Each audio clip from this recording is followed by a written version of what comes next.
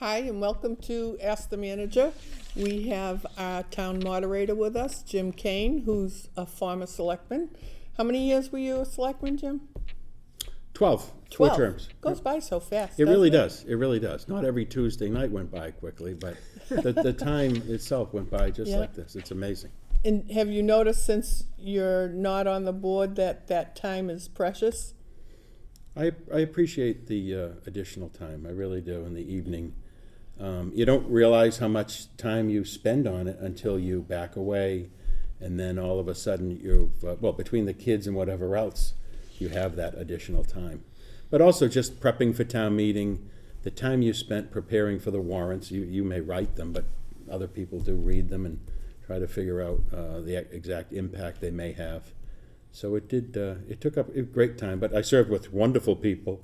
It's a great town, so I mean, it was all wonderful. It was a wonderful experience for which I say thank you, but it's nice to move on because I'm a big believer in you go in, you do the best you can do, and the first time you go, Christ, what are we doing? It's time to move.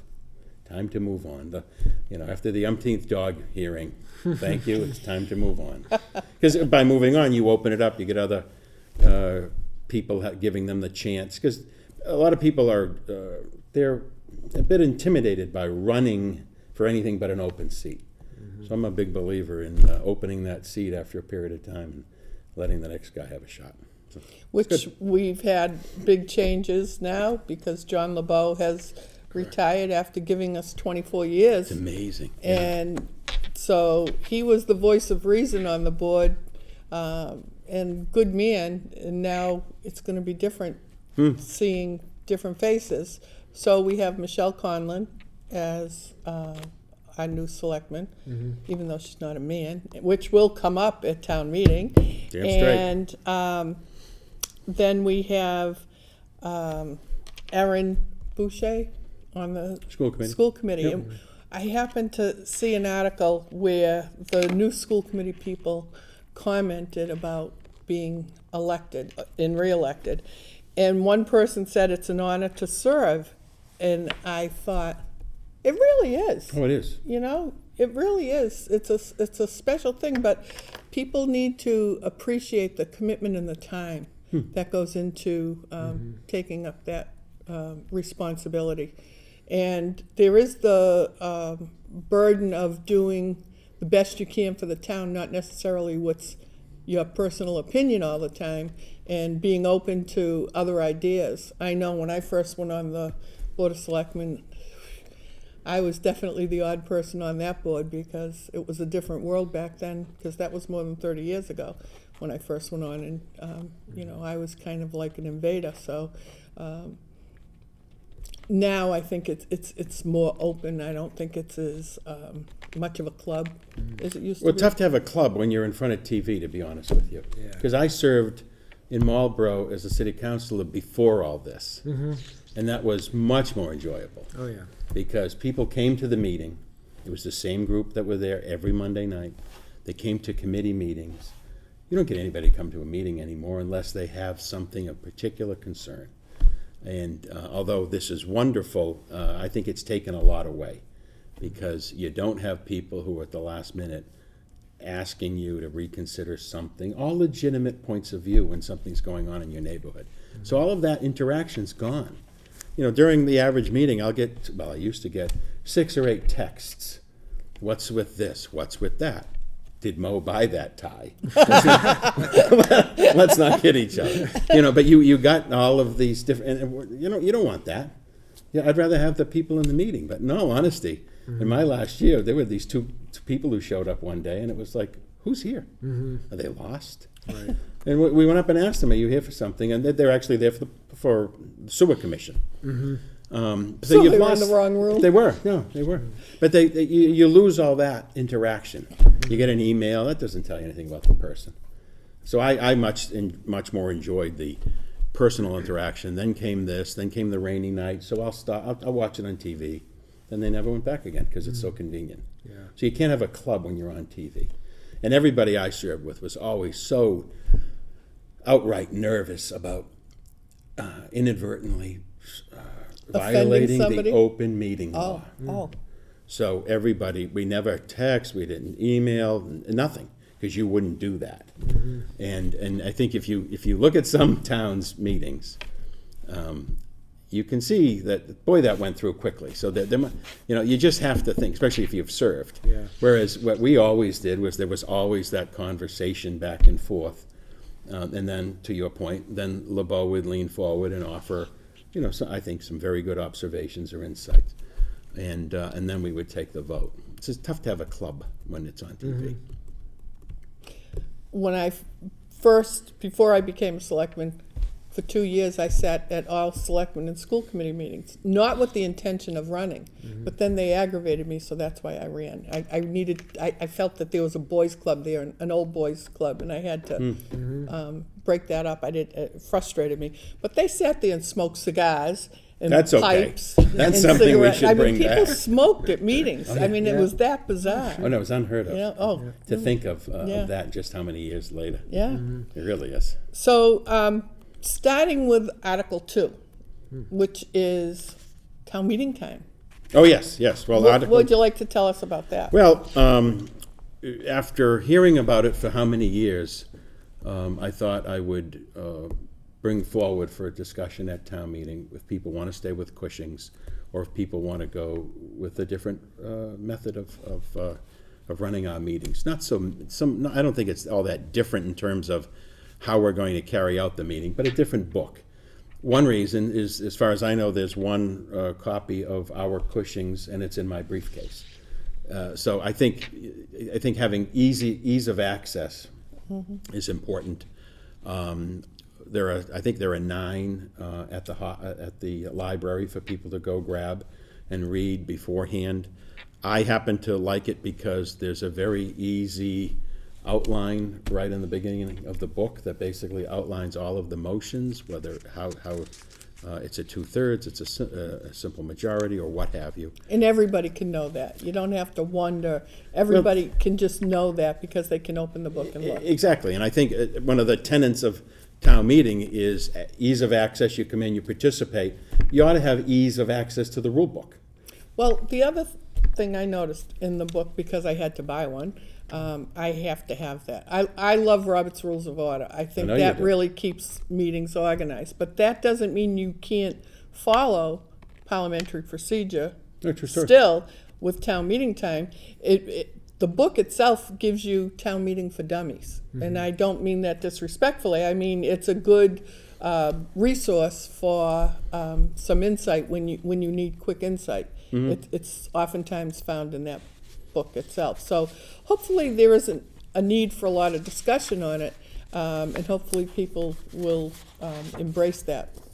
Yeah, this is what I like about it, which is, Mark, maybe you could zoom in on this, but right inside is there's the sheet. That's right at the when you right open at the up beginning the of cover. the book. Right. So there are the rules. So they're easily accessible through the Moderators Association if one needs their own, and there's 9 or 10 at the library. So I think opening it up so that it isn't a mystery, to the extent people even care what books we use. Right. I know you're a big fan of Roberts, and it's interesting, over 2 million copies sold, and yet it's never been adopted in this part of the country. Roberts? For these purposes. You'll see it in other gatherings of people. What's interesting about Robert's Rules of Order, if you understand it, and I learned it by watching some of my mentors ahead of me on the Board of Selectmen, there are ways to beat the game when you really want to put something and stop it. And I tried to do it once at, I think, town meeting, and nobody understood what I was trying to do. And I can remember thinking, I look like an idiot, but I'm really following the rules that we're supposed to be using. And anyways, so I always found them fascinating. No, I agree with you. I hate to admit it publicly, but I too find it fascinating. Yeah. In everyone's package, they got a copy of the letter I mailed to town meeting members prior to the most recent election. So everybody has this letter outlining. I haven't received any emails or calls on this subject to date, but it's one of these where I'm putting it out there for the group. I don't have a dog in the fight. I'm not a member of town meeting. And So- anybody can buy the book if they want it. Oh, absolutely. And I got it pretty quickly. Oh, yeah, you will, yeah. Why did we reorganize precincts? Oh, that was all based upon the census. So the 2020 federal census came in, and our precincts need to be equally divided and among the population, so we can have a proportionate amount of representatives for each member in the district. And we had the opportunity to redraw those lines and kind of equalize everything out over the precincts, and so we did that. We were actually very lucky, I think, but I don't think we'll be that lucky at the next census, where we'll likely have to create the 11th precinct. Oh, Because you can only have Really? 4,000 people per precinct. So we'll pass that threshold. And When need will to that create the happen? 11th. Well, it will happen sometime in the next 10 years. oh, really? And So then- pretty soon. Yeah, yeah. So which precincts were affected, or were they all affected? All of them, but 2 were actually affected. All I'm- except 2. All of them except for 2, correct. So, and then I thought it was interesting, how did the rule come about where the top 3 or 4 vote getters don't have to go for re-election for 3 years? They have a 3-year term, then the middle group has a 2-year term, and the lower group with the number of votes gets a 1-year term. Right. Is that, That's all state rules. State whenever we rules. have to do the re-precinct. so, Re-precincting, yes. another unexpected Yep. amount of work for the town clerk? Right. yes. Yeah. So normally office. we have a third of the town meeting members up every year, and this we had 7/8 or some very high percentage of people who had to be reelected or elected. And actually, right before I came down here, I was just talking with the town clerk. The full election isn't settled yet for town meeting members, Right. because we had a lot of write-ins. We're still trying to make contact with some of the winning write-in vote getters to see if they're actually Like interested. Bozo the Clown's not interested as a write-in? He won't respond if he is, I can tell you that. And last night, we had a meeting at the town hall in the evening, and there was a caucus of one of the precincts settling ties. That was precinct Yeah. 9, I think. Last night, yes. Yeah. So, yeah, I mean, we've had a couple of those over the last few days, so a little bit more of a complicated local election than we've had in recent years, but that's really because of the re-precincting and the number of people that were up. So town democracy. Yeah, we're still working through it. So, correct me if I'm wrong, but we can't go above 240. So if you go to 11, it's just a reapportionment of those Right, bodies. that's a good point. Yep, Because Yep. 211, 240, 10 precincts, simple math. Simple. 333. It works well. Right. Now with 11, it'll be different. I remember when we went from 9 to 10, Phil Leder was town council at the time. And he and Dan Magato had to, and the clerk, had to work through some specifics because at one point there was one that floated, if you will. Yeah. So they had to work Yep. through that math again. And the math isn't as simple as I've described it because it has to be related to that population. right. But yeah. it's all It's state law. interesting. It is all state law, right, yeah. Unless So- we chose to seek a change to the Town Meeting Act, which I wouldn't recommend, but you could do a home rule petition to do something along there. Yeah, a different number. Yeah. So About what's the 600 difference? Oh, God. Oh, God. What is it like being moderator as opposed to when you were selectman? Is there a different feel to it? Oh, it's much better. Because, oh no, it's much better because it's 2 or 3 times a year. You have to do some homework. Kevin and I met with town council to make sure we were all reading things the same way. Town council then blessed Kevin's thinking on whether it was a majority or 2/3 or what have you. Last year, I read the articles, and of course I freaked because borrowing was in the articles because it was my first or second time, whatever. And but then it's the actual motion that matters, and that's what is this dependent on. So, there's been some ups and downs for me, but overall it's better because you get to preside over a gathering of great people. Selectmen have to make tough and unpopular votes. Same with the school committee, the finance committee at different times. Whereas, you're just hosting everyone. Town moderator's Mr. Nice Guy. Yeah, you're just trying to move things along, making sure everybody has a chance to speak, But moving things along. But you also have the power to appoint. So you appoint the finance committee members. Finance committee and the personnel committee and 1 member of the Lake Commission. But the personnel committee are 3 members. One gentleman is up this year. He's considering whether or not he'd like to continue. Every year, 3 people are up on the Finance Committee. We've also had one individual who will be leaving at the end of June, and another individual whose job transferred him out of town. So there'll be a couple of additional openings. We've advertised for one group. I got 4 resumes there from your office, and I believe the town clerk's office is still receiving resumes as well. So I'm hoping for anyone out there who finds town finances to be of interest, it's a great way to get in. You don't have to be a CPA. It's all about judgment and caring about the entire community. We have a competent manager. We have a competent assistant manager. We have a competent town finance team. You're not here like in some towns, you have to worry about the books. This is all about making sure our town is well served. I come from a school of thought, you do a few things very well, and you don't do a lot of other superfluous things. That's always the pull. So whether you're an engineer or a teacher or this or that, it's that judgment that we're looking for on the Finance Committee. You enjoy good questions. This isn't a rubber stamp situation. You only know what you're tested on or what you've actually worked on in life.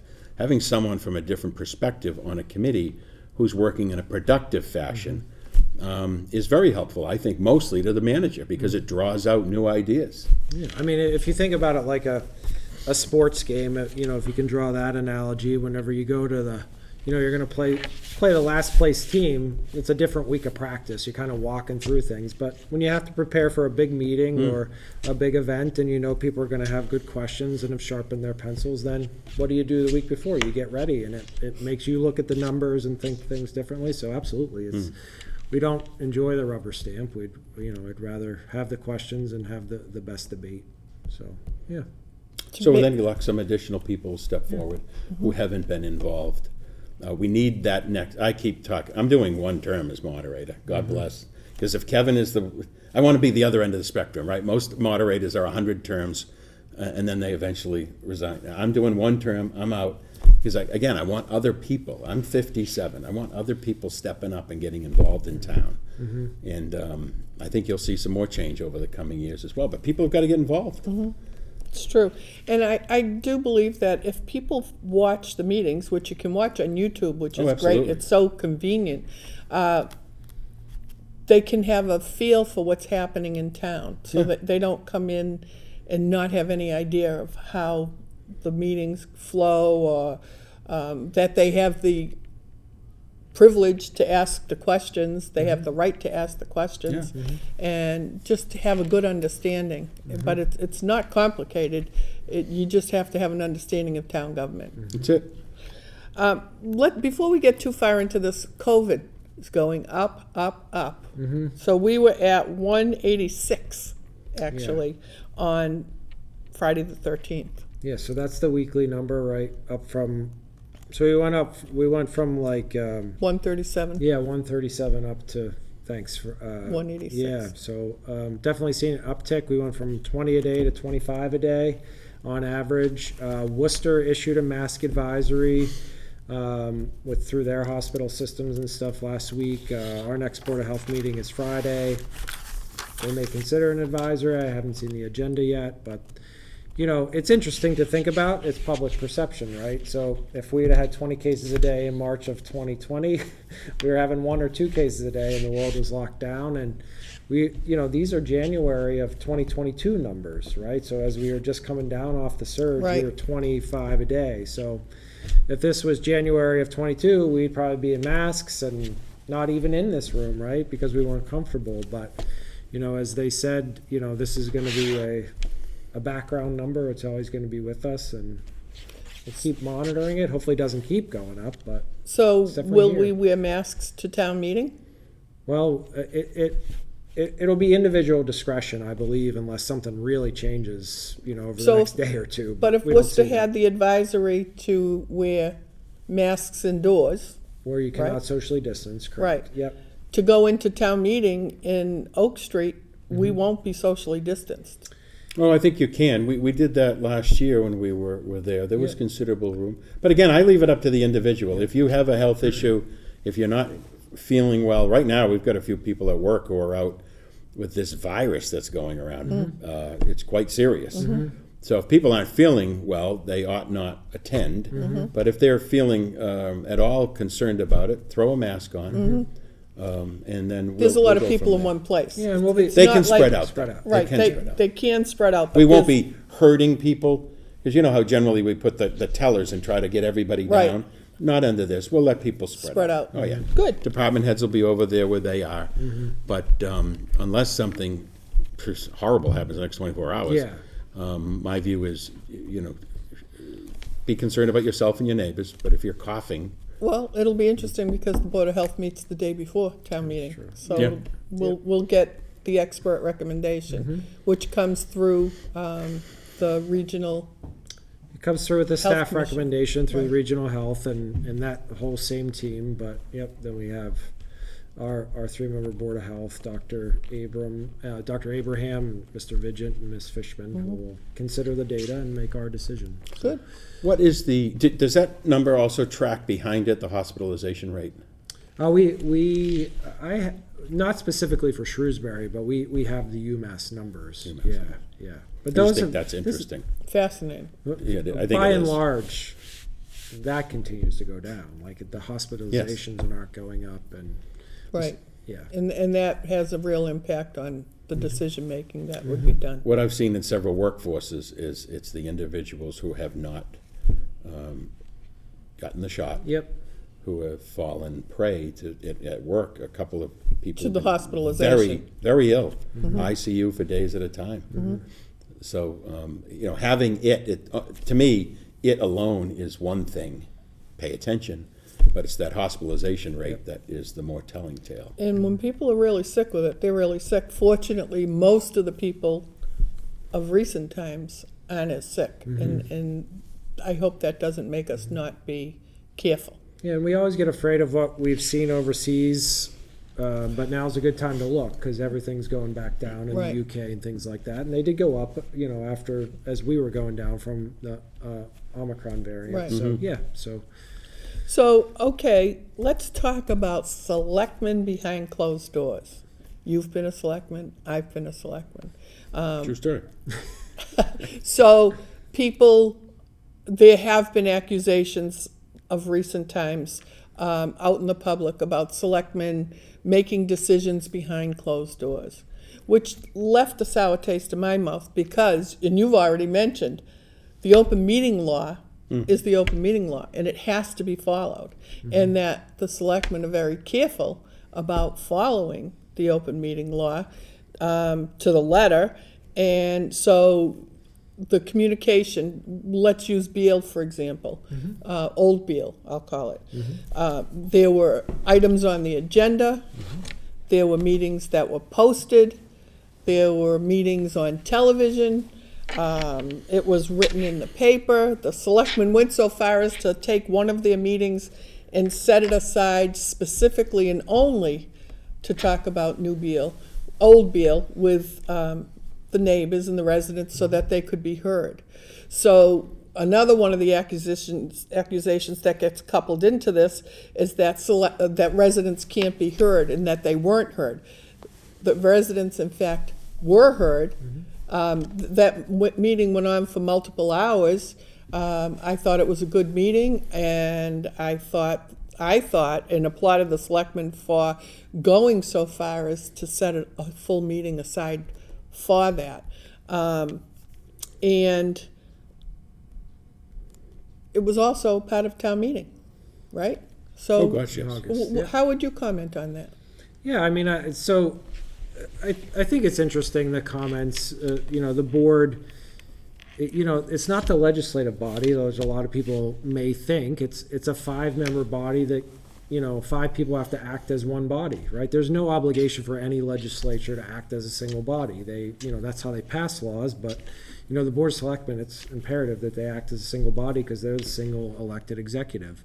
So they have a different set of things on their plate, but they work diligently through their meetings in one-on-one with me between the meetings, and that's what people don't get to see, is that, we're a big town, we're going through complex real estate transactions, and we're having, weekly meetings. I have a weekly meeting with every board member. I Sometimes can't believe you do that. or sometimes daily phone calls. It just depends on what's going on, what the preference is. So there's a lot of 5-way communication to me that I'm synthesizing and trying to make sure when we make that final recommendation we're incorporating all those people's input. But deliberations and final decisions and the crux of everything happens at those meetings. So What do you think? Well, I have served with 4 of the 5 members, and I encouraged the 5th to run when I wasn't running. And I have absolutely no concern that they didn't follow every single rule, to be honest. John Samia is a corporate lawyer. John Samia has a very thorough, methodical way. I don't know that he and I could have worked together. He is so thoughtful, so thorough, step by step. And if you go all the way back to the start of this, when we started the new Beal, and when we knew we wanted to be very upfront about the old Beal, Mo chaired that effort, as I recall. We did a broad-based effort to get people on that study committee, and they worked diligently and publicly again. Democracy is kind of on an inconvenient two-way street at times. You can have all the meetings you want at the town common, but if nobody comes, I don't know what else you're supposed to do. So I certainly, that has never been a fear of mine in this town before I was even on one of the reasons we moved here is we knew something about Shrewsbury. It was a very well-run adult community with a great public school system. So that those are good things why I would want to live somewhere. So I've never worried about it, and I certainly don't worry about it with the folks with whom I served. So another part of this is that people felt that they have no forum to be able to speak and be heard. And so now the selectmen, and I say this respectfully, but they're tripping over themselves to be sure that everybody gets to be heard, and they're deliberating as to whether to have a comment period before their meeting, which to me, on the agenda every week is reports as item, it used to be item 3, I notice it's now item 4. So people, all the selectmen can report, I got a phone call from Jim Kane and he's upset over Beal because of such and such, and that's the forum for that to be brought forward. They can also say, I want Jim Kane to be put on the agenda. Can you get him on the agenda for next week? And then that person gets worked in. So I don't see the value in a comment period. To me, a comment period means anybody who's not happy can come before the Board of Selectmen and yak about whatever it is that they're not happy about. And the selectmen are going to sit there, because we've seen this with the school committee. This isn't, we don't comment on what you have to say. This isn't the time we don't comment. We just hear what you have to say. So they get slapped around publicly over something that may or may not be true. And I just think that the selectmen don't have to do it. They can keep it within their reports. They can request that so-and-so be put on the agenda, and that person can always be heard. There has always been a way for that person to be heard. So that's just my opinion. I hope my former colleagues think long and hard before they add that section. If you just do a quick review of other boards that have that, it gets into a situation where the first umpteen minutes are, for the most part, somebody grinding an axe. I don't think that adds anything to a business meeting. It is a business meeting. It's a business meeting. It isn't a free-for-all. And if somebody wants to be heard in this town, first of all, they can call a selectman, they can call a member of the school committee. Your office is right in town hall. They can call or email you. Very responsive. When I used to get a call about a problem somebody was worked up about, generally it was something that could easily be fixed by the manager's office. Right. Now, a volume of traffic at the center of town, manager's office is going to have a hard time fixing that. But that's also a situation again. Talking about it at a business meeting does nothing to solve it.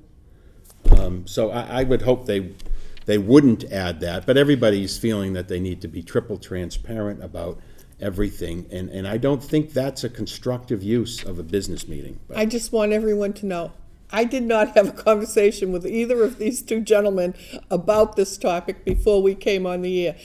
Neither one of them know what my questions are on my paper, and we haven't discussed it. So it's not like we're hyping up to give you Yeah. Agreed. any kind of a No, not at all. cluster of opinion. I had no idea what their opinions would be. Yeah, I mean, the only thing that I'll say on the other side, and the board is debating the policy, so none of my comments are reflective of that, but is I can understand why a resident may think that should be a given part of an agenda, right? It's an open meeting and how they perceive that. And I've certainly worked in other states and other communities where it's ranged from you have the right to speak on every agenda item as it comes up. You know, we only do that through a public hearing process. So I think that's part of it, you know, educating individuals on how things happen. Again, the role of the Board of Selectmen being the executive, not the legislative branch, and their job in executing things and developing policy. They could not have done anything related to Beal if town meeting, the legislative body, didn't give them that authority, of which 240 people were elected to make that decision. They passed that authority to the Board of Selectmen and allowed them to carry that out for Beal. And I believe it was a unanimous vote, just by way of a couple of details. Mm-hmm. Another misnomer that I heard during the debate recently before the election was that there are ways to fund operations without going to a Proposition 2.5 override. Well, that's true if it's a small amount of money that you need, but there has to be extensive planning if you have any kind of a major expense. It's not just a simple thing. Now, I have to say, a lot when you listen to debate year after year before an election, the trend has stopped. I don't know why, but going back to when I ran for selectman, even I said the master plan needs to be updated. It's like, doesn't always have to be updated. Sometimes it does, sometimes it doesn't. But that used to be the line. Oh, yeah. Now the line is, you know, turning to some of these other issues, and I just find that to be a little entertaining from, you know, someone who sits and watches these debates. You know, we want tax relief for seniors. I'm a senior, give me tax relief, you know, but the money has to come from somewhere. So you have to find ways to take care of the people that truly need it, and not just make a blanket statement that you're going to give tax relief to seniors. No, and I will be so rude as to say there are some seniors who don't need tax relief. Sure. Yeah. They're very fortunate, worked all their life, that's wonderful. But when you get into a certain group of seniors, they do need tax Right. relief. So it's working on that particular element. Several years ago, before a couple of override questions, I forget which one, Dan Morgado, so that gives you some type of a time frame. We had several gatherings at the senior center on that very matter as a way of getting that word out. And I will tell you, they were not well attended. Then there was a concern about, well, folks wouldn't want to be in a group, and I understand that. Pride. So great. So drop us a note, and we'll send you the material. You know, I think it's always difficult getting over the pride aspect to actually help those who need the help as opposed to wanting the help. Right. Now, on a happy note, did I hear that Jim Vona is now president of the Fire Chiefs Association? Tomorrow he will be. It's tomorrow. Yeah, I'll have a ceremony to be installed as the president, which is, you know, a 5-year process to get there. You know, you work through various positions, you know, second vice president, first vice president, president. So yeah, this is something that he set out there as a goal for himself, and he's getting there. Well, congratulations to our fire chief, Jim Vona. Now, I've noticed if you sit at any intersection, if you have teenager who's going to get their license. Or did just get his The license. first thing you tell that teenager is when the light turns green, don't go, because the cars are still coming through the red light. Just the other night, exactly, yes. Every intersection you sit at, the cars come through the red light. It could be 1, it could be 3, it could be 4 cars going through the red light. I watched at the center of town a tractor trailer come through. I couldn't go forward because a tractor trailer was speeding through the intersection, and they had a red light. So that's the first thing you have to teach your kids. But it was brought to my attention that there aren't a lot of speed limit signs. Now, a speed limit sign's effective, and can you just say, if it's a thickly settled zone, can you just put up 30 miles an hour? I mean, we're supposed to learn that in driver's ed, but evidently people don't realize that. So do you have to do the traffic study before you put that sign You up, do, even yeah. though it's a thickly settled zone? So there's the underlying state law, if it's a residential area, if it's this characteristic area. But if you want to sign something thickly settled, you have to, confirm and do the study that meets all the criteria, where it starts, where it ends.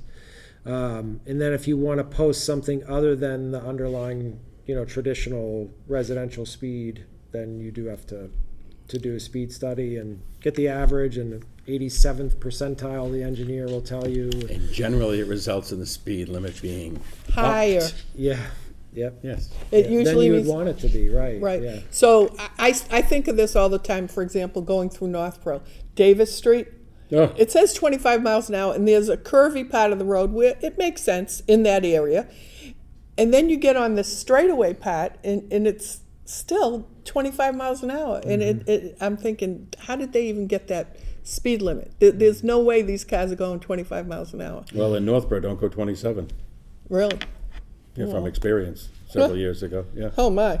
So, for example, Maple Ave. Right, We have all these crosswalks, and the speed limit's 40 miles an hour. right. And there's a playground because all the ball fields are there. And the speed limit in that area is 40 miles an hour. That's a state road. How can we get that speed limit lowered for the people? I mean, there's a lot of pedestrians in that area these days. So Maple Avenue, given the nature of the roadway and how you have to do the speed study over 7 days, 24 hours a day, not adverse conditions, all these things, you're going to get a speed limit that's probably higher than 40 miles an hour if you do the study. And we've put the traffic monitors out there without commissioning an official study to kind of test the water. Yeah, I don't think it's something that we want to officially take on. I mean, I think you'd end up with a 45 mile an hour speed limit. Right. So what can we do to get people to slow down going by ball fields? Dean Park.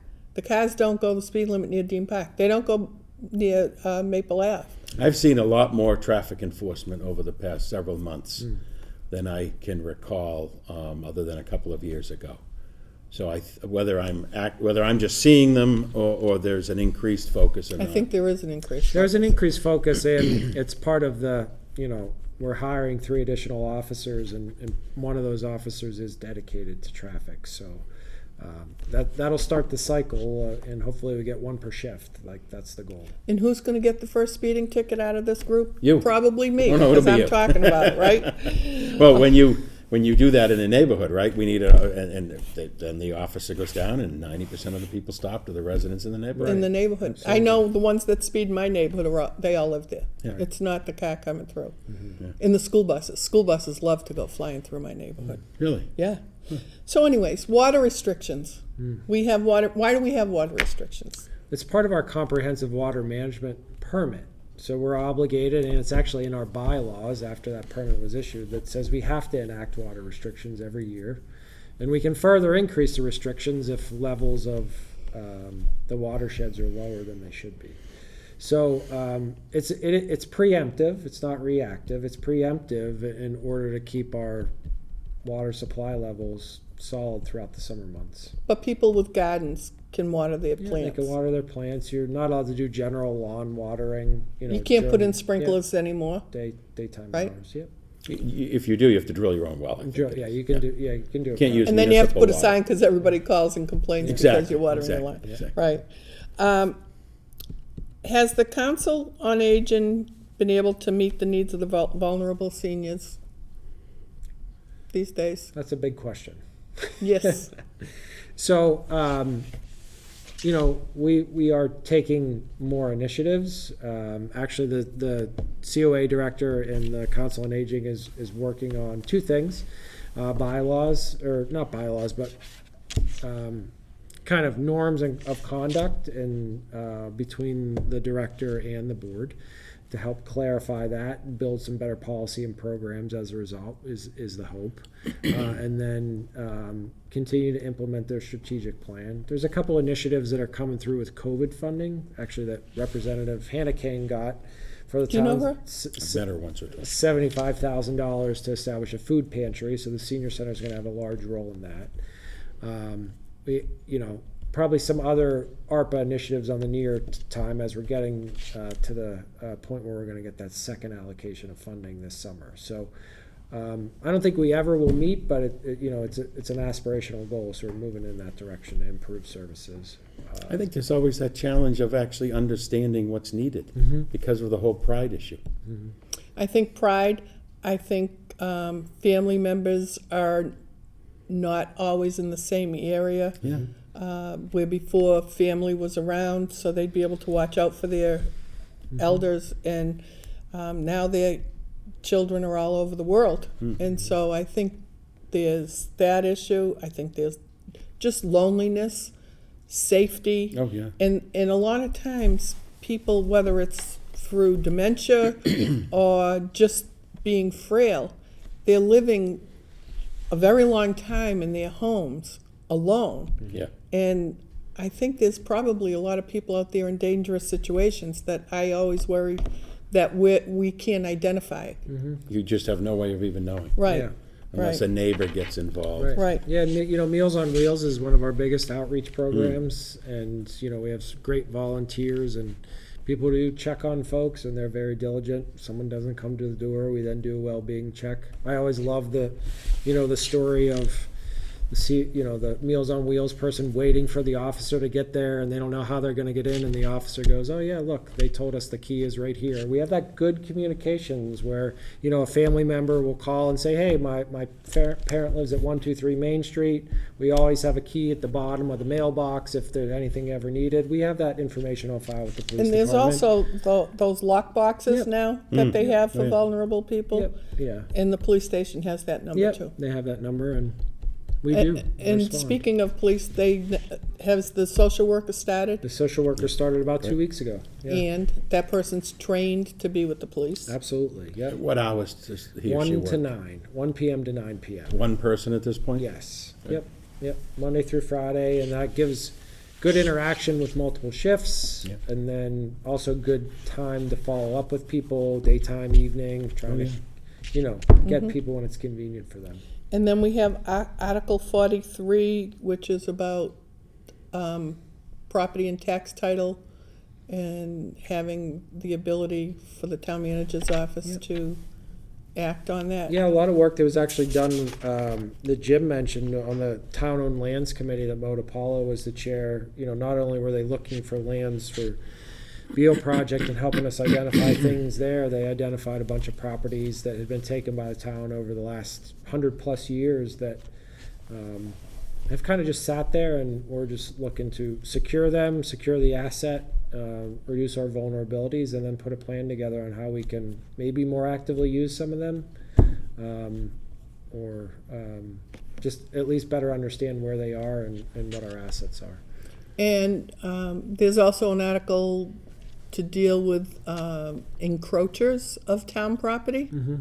Tell us about that. A couple properties we've identified, town-owned land that were taken for tax title purposes, that have abutters encroaching upon them, some very minimal, some to a larger extent, and we've kind of assessed the situation, whether the town needs the land and have a specific use for it, how long the encroachment may have occurred, what the resident is interested in doing, or in limited circumstances, in this case 4 out of over 100 properties, we thought it might be in the best interest of the town to consider selling it to the abutter in some competitive way. So that's what we're going to ask for town meeting's consideration of. And I noticed Jim has his colorful paper.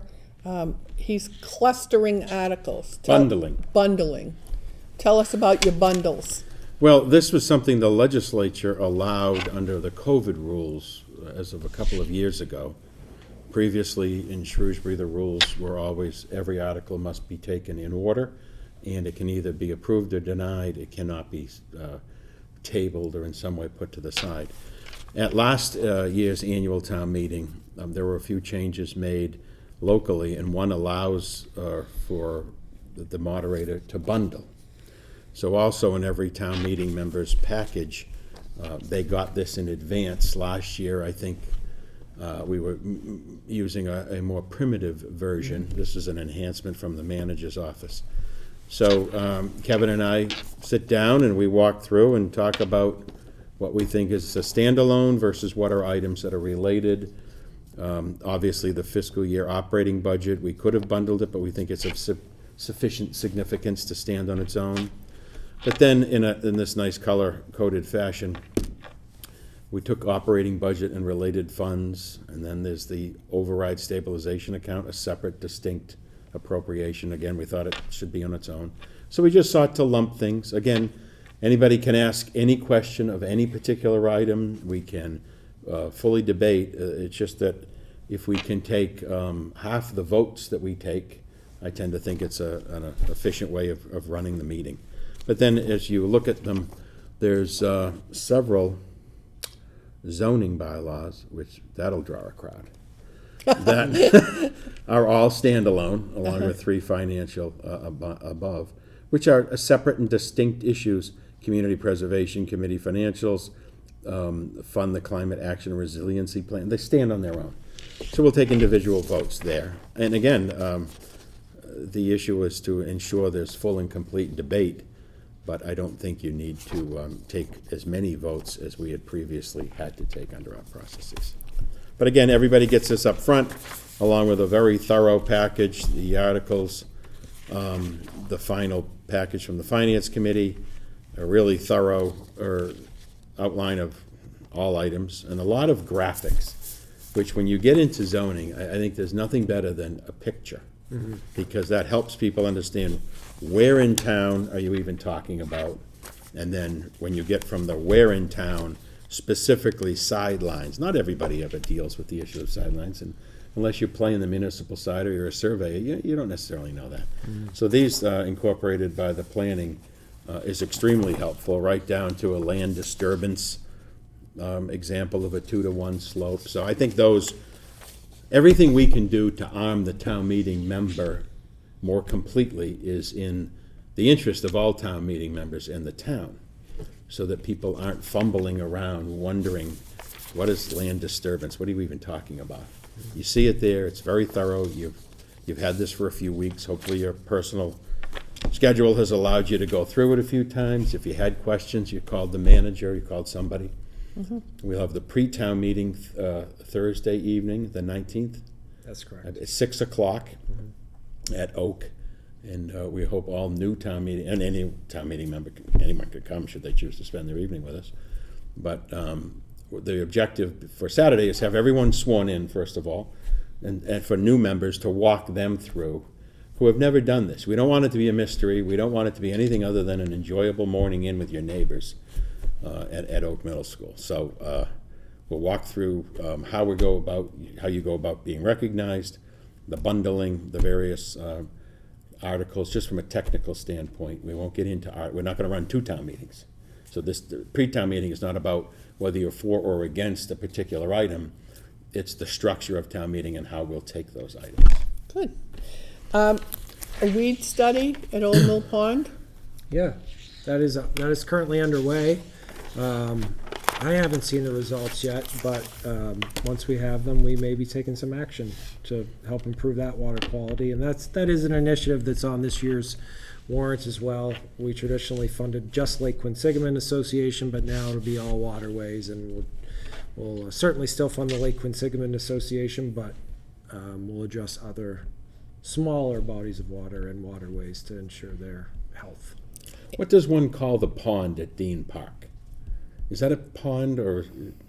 That's it. Dean Park Pond. I don't think it has a name. No, and during certain times of the year, you can understand why it doesn't have a name, because it's mostly runoff from the road. Yeah. There are some huge carp in there and some other interesting creatures. Yep. Sea monsters, Basically, I think so. water fountains, Yeah, at least a few of and a those. lot of ducks. Tremendous amount of ducks. Speaking of those ducks, what can we do? The ducks go all over the poor softball field. Border collies. That's what we do at work. Yeah. There's retired guys who buy border collies, and then they train them, and they go out, and you have to harass the Canada geese to the point where they just move, and then the guy gets in a kayak and chases them that way. And they're so lazy that if you make them move for a week, and they'll move. They'll go on. away. No. When I go by with my border collie, I let her out, and Do you? she pushes them out. It's hilarious to see. Yeah, she just does it naturally. Yeah, so it's good. See? There you go. And But you'll make me buy health insurance for that border collie. I know. No. Yes, health insurance. Provide them with medical care. Did you do that for the police dogs? We just pay out of pocket. I figured that out. Take Yeah, care of them. What about after they retire? Yeah. No, we don't have any plans. or They anything just live with specific. their injuries, and we do Making me sound retired bad. we do retired fire and police. That We is have an true. article for that, right? Sure do. You should do one for the dogs. We don't have any at this point, but Retired if Hunter dogs. retires, yeah. Yeah. Something to really seriously Sure. think about. No, but I agree. the dam off of Prospect Street, Oh yeah. Rawson Hill Brook. Yeah. I couldn't imagine where that was, but it's actually where Reservoir and Way up at the Prospect top. Yep. Yeah. meet. Yes. Is that's not going to be done till finished till September? Is it? Yeah, but it's actually a really short time frame, because when we were over there a couple weeks ago this spring, Congressman McGovern was there, and we're using federal funds, and they haven't even started yet. So federal funds, $2 to Yep. $3 million. Yep. Completely redo the earthen dam, add some concrete reinforcement to the spillway, expand it based upon recent water flows and just normal life cycle, and it will be safer. And there's a financial estimate of the value of that dam in and of itself, and it's millions of dollars during a 100-year storm that it actually protects of town assets. And that is from the Department of Agriculture. Am I right? Yes, the federal level NCR, Conservation Resources. Yep. And then you're going to have a transportation study at the center of town. It's part of the warrant article to really take a comprehensive look and see if there are solutions that we can develop. Like a monorail to go through and up over? That could be. That could be. A bridge? Yeah. You know, we want to put the data in place. There certainly is hot traffic. A lot of people blame the trucks. Is it really the trucks? Like, we're going to get really finite and study the traffic. And if there are alternatives that are easy or complex, at least we can pursue them. There are a lot of trucks on 140. Sure. Some coming through Main Street, but on Maple Ave, not as many as 140. 140 really gets it.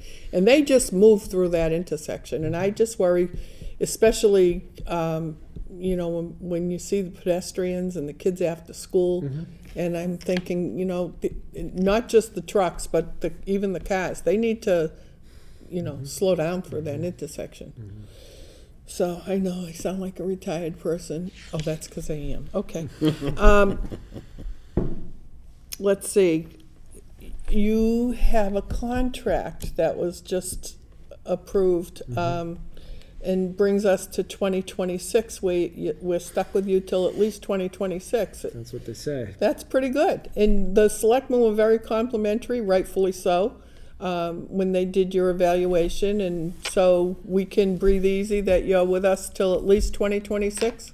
Yep, that would be 9 years. I Yeah. was just going to say, Yep. how many, wow, that's. Yeah. So this it's is on how 5 many now? years. 5? 5 years this July. Yep.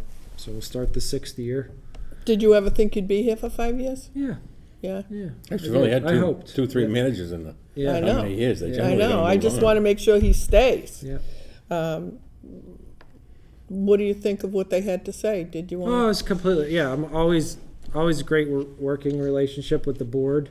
I actually find it interesting that, you know, the board that hired me included Henry Fitzgerald, so it was before Beth, you know, came on the board. Jim was on that board.